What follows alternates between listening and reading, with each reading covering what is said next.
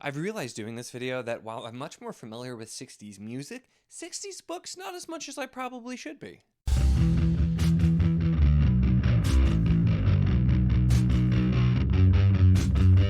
Hello and welcome to my channel. In this video, we are revisiting the Decades of Fantasy series. It's been a lot of fun for me to do, and you guys have seemed to enjoy as well.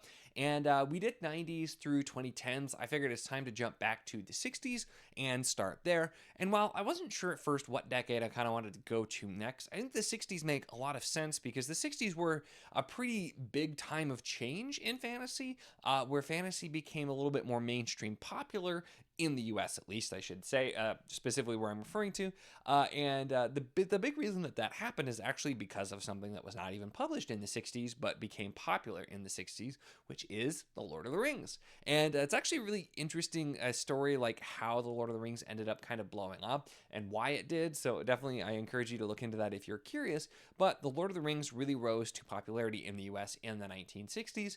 And so that is a big reason that publishers were looking for, okay, what fantasy stuff can we get out there, start publishing as novels, where before this, a lot of the fantasy stuff, which is very closely, melded with sci-fi. A lot of it more is like, pulp magazines, things like that type of thing. Not a lot of like full novel releases. And so while there was definitely plenty of fantasy that is written, mixed with sci-fi or like sword and sorcery, things like that, as well as there's been fantasy to some degree or another for a really, really, really long time with different things. But because of that, it really kind of rose to prominence in a new way in the 60s. And this did happen too with some other things that were published before.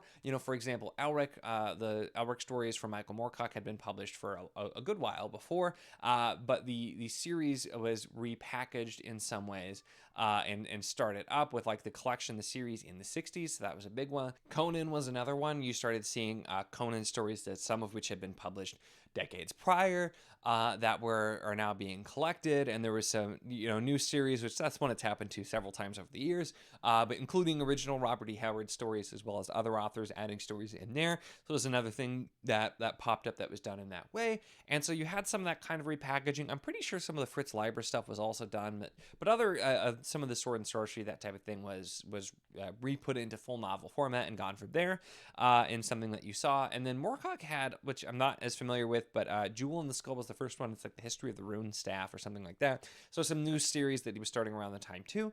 But you kind of had a demand for that. And there's some other big name series as well that came out during this time, as well as like beloved single books there also.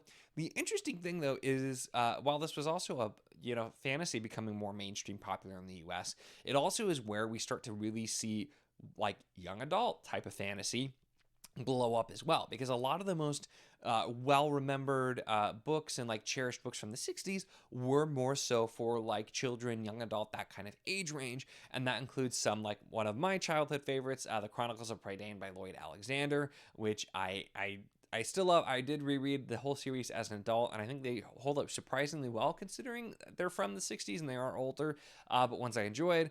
Possibly the most well-known and best-loved series from the 60s, The Chronicles of Earthsea by Ursula K. Le Guin, which remain very popular today, although those ones definitely, like the writing style has aged a bit there, but like the first book, The Wizard of Earthsea, I read when I was a kid, and I absolutely loved it, and I still not actually read all of them. I need to get back to finishing them. But then you also have some like The Last Unicorn by Peter Beagle, A Wrinkle in Time by Madeleine L'Engle, which are two beloved books I've not actually read either, which I'm a little ashamed to say. But you had some of those, as well as there's plenty that I'm not as familiar with as well. But like the Pern books, Dragon Riders of Pern by Anne McCaffrey, those started in the 60s as well. And that was an ongoing series for a long time and also beloved. Those ones which I did read a ton of when I was a kid as well, just because they were available. I remember a little less fondly, but I know a lot of people really, really loved and still love those. Totally fine as well. And then there were Witch World by Andre Norton. And Andre Norton is an author that's written a ton. I've not read any of her books, and I really would like to, but it's just an author for whatever reason I never actually got to, so one on the list. And then there were a few...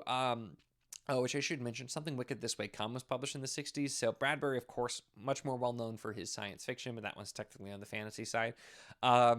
But then so like Goblin Tower by L. Sprague de Camp, which I feel like I've heard of, but I definitely have not read and looks really interesting. And then there's the Thongor or Thonger, I'm not sure how to pronounce, by Lynn Carter, which was a sword and sorcery series, a new one that was a big one. And the Darkest Rising series by Susan Cooper. Those are ones I'm not really familiar with, but kind of like the names sound vaguely familiar. But I'm realizing there's a ton of stuff from the 60s that actually I'm very interested to read, but that I have not read. So I'm definitely not as well read.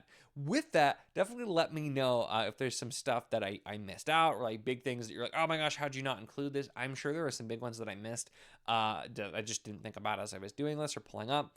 But it's an interesting one to look at. But I think, like I said, it's interesting seeing just the rise of fantasy in the 60s with the Lord of the Rings.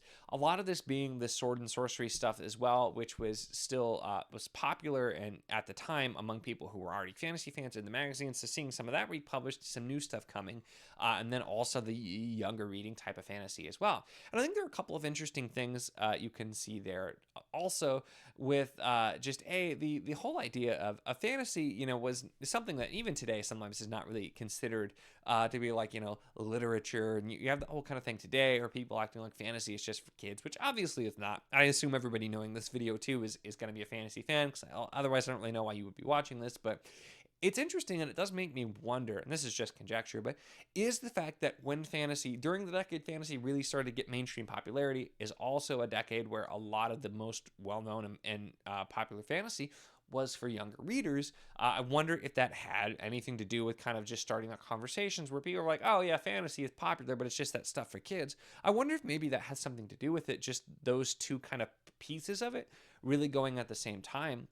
But it's also just interesting too, seeing when you have series that kind of are redone, restarted, and that kind of thing as well. And you've had that as well with some of them where they start republishing. You know, Elric was not that long ago, got new editions, and they were republishing those. Conan has, I mentioned, like, you have the original Conans, you had Conans that started in the 60s. You had Robert Jordan did some Conan books in like the 80s. Like, it's just some of those things that come back up and have remained really popular, as well as just some of these other series as well. So it's an interesting decade for sure to look at, and I think it's really interesting to look and to see those two sides, those two pieces of it, with just some of those things. So yeah, I found really interesting, like I said, looking at the 60s and these different decades, and it is kind of funny that it took Lord of the Rings just finally catching on to really get a look at it. But I think starting here, like I said, is interesting. And then the 70s, there was a lot of interesting stuff. The 70s is another one I feel like I'm not nearly as well read as I would like to be, because some of the stuff that I've read from the 70s, I've really, really enjoyed. And then 80s is another one of those things too, where you start to see different trends emerging. But I had a lot of fun with these videos. I think I definitely will do 70s and 80s next. But I've had a lot of fun looking at what was published, what was popular, what do I know, what have I read, what is for me like, oh, I absolutely know this, or I absolutely love this. And also just looking at some of the trends. And granted, this is not a decade, like I said, that I'm horribly familiar with, obviously, since a lot of the things I've mentioned I've not read. So I'm not going to necessarily get everything right. I'm not like doing a research, in-depth research on the decade here. It's kind of just some of the things that I'm noticing. But I would love like your feedback as well, if you're better read here, or if it's just something you know too. Because with these videos, it's been really interesting hearing other people and their takes, especially people too that were like, you know, when I've done some of the other decades, like, oh yeah, you know, I remember reading these as they came out, or talking about that thing. I think kind of just the conversation around trends and seeing where things have gone and what really, especially as we get into decades that are a little further in the past, seeing what really has stood out has been really, really interesting. So yeah, I've had fun doing that type of thing. I will note here too, like I said, the other thing is there's so much too, and part of it I feel like it's been talked about for decades, and you still sometimes hear it with sci-fi fantasy always being lumped together. And that's the other thing I think is interesting, and you can see here, is because, you know, in a lot of the earlier stuff, pre-60s and some of it 60s as well, there's a lot of stuff that is, maybe it's fantasy, maybe it's sci-fi, it's sci-fantasy, it's whatever. It's just kind of lumped in together and has elements of both. And I think that's the thing. It really did start in a lot of ways that way. Even if you look at some of like the older, well-known fantasy type of stuff like John Carter, those books, it's very much fantasy, but it also takes place on Mars and definitely has some sci-fi elements to it as well. And so it's, you know, things like that. There was less of a divide, and especially since none of it was super mainstream, nobody was really worried about what's going to sell. It was just people who liked writing it, people who liked reading it in the magazines, that type of thing. Whereas today, there is much more of a divide, I feel like, between fantasy and between sci-fi. And part of that started with The Lord of the Rings kind of really setting things with, hey, this is high fantasy. This is its own world. It's not anything that's based on our world. It's completely different. And granted, you still had stuff like that, but that kind of was that side of the market really kicked off around then. And we saw that for a long time with people who were writing books that were just trying to rewrite Lord of the Rings, that type of thing. That's definitely something that we'll talk about in other decades as well. But I think it's interesting just seeing that, you know, when you look at this too, and I was trying to find things to mention, and there were so many that I'm like, oh, well, this is a big one, but that's a little bit more sci-fi. So do I mention it here? Do I mention it there? But things were a little less like distinctly divided at the time, and so it's interesting to see, because I've probably said that before. I've heard a lot of people say, like, why is it always you got to lump in sci-fi fantasy? Because there are fantasy readers, there are sci-fi readers. I'm primarily a fantasy reader, and I know people who primarily read sci-fi, and there are definitely ones that are go between and are like have elements of both, but they're a lot more distinct. And I think that's part of that's just it's happened over time. So maybe as we look into the next decades, we can look at that a little bit more as well. But sci-fi is definitely not my forte either, although the 60s weren't necessarily either. So it's been fun to talk about. But that's really all I have for this one. So definitely let me know your thoughts. I'd love to hear from you and your thoughts on any of the stuff here, these books. Things I missed, things that you think of differently from the decade. Would love to hear from you.